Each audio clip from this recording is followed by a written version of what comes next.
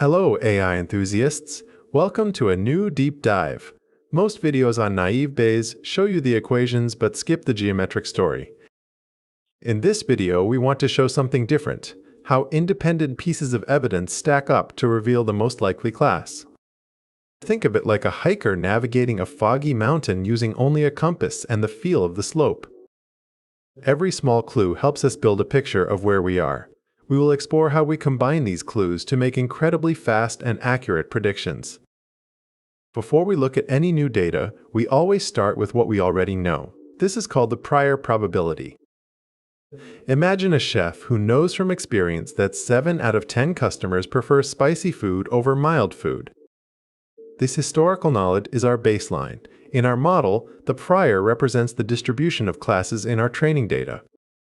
It gives us a head start, ensuring that our final prediction is grounded in reality rather than just looking at the most recent piece of evidence.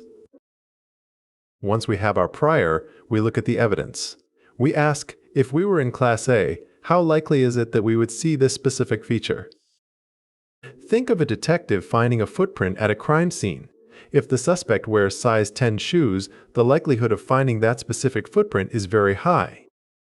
We calculate this for every feature we observe, creating a mathematical bridge between our observations and the categories we are trying to predict. The naive and naive Bayes comes from a massive simplification. We assume that every feature is completely independent of every other feature. Imagine people in soundproof booths who cannot talk to or influence each other. In reality, features like cloudy skies and rain are related, but the model ignores this connection. By treating them as independent, we can calculate the total probability much faster. This shortcut allows us to handle thousands of features simultaneously. Because we assume independence, combining evidence becomes a simple matter of multiplication. Think of stacking colored glass filters. Each filter represents a piece of evidence, and the light passing through changes. We take our prior belief and multiply it by the likelihood of every single feature we have observed. This process weights our initial guess with new information, shifting our confidence toward the most likely outcome. As we multiply more and more probabilities, the numbers often get very small, but their relative sizes tell us everything. It is like a chain reaction, where each step narrows down the possibilities. If we are classifying an email as spam, each spammy word we find multiplies the spam probability. Even if the final numbers are tiny, the gap between them grows, making the final decision clear. One of the greatest strengths of this approach is how it handles high-dimensional data. It is the Swiss Army knife of machine learning, simple, reliable, and capable of handling many different tasks at once. While other models struggle with hundreds of features, naive Bayes treats them all with the same simple logic. Because we do not need to calculate feature interactions, the computational cost remains low, making it perfect for real-time speed. To turn our raw multiplication results into actual probabilities that add up to 1, we perform a step called normalization.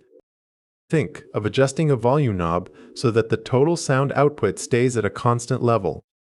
We divide our score for each class by the sum of scores for all possible classes. This ensures that our final answer is a proper percentage, giving us a clear measure of confidence. The final step is the easiest. We simply choose the class with the highest probability. It is like a judge making a final ruling after hearing all the witnesses. Even if the evidence is not perfect, the judge must pick the side that is most likely to be correct. In our model, this final comparison gives us the categorical answer we need to sort data correctly. We have seen how naive Bayes combines prior beliefs with independent evidence to reach a final decision. It is like a traveler using a simple compass. It might not show every detail, but it points in the right direction. While its naive assumption isn't always true, the model is surprisingly robust and incredibly fast. This elegant combination of evidence remains one of the most useful tools in the data scientist's toolkit. Subscribe for more deep dives into machine learning algorithms.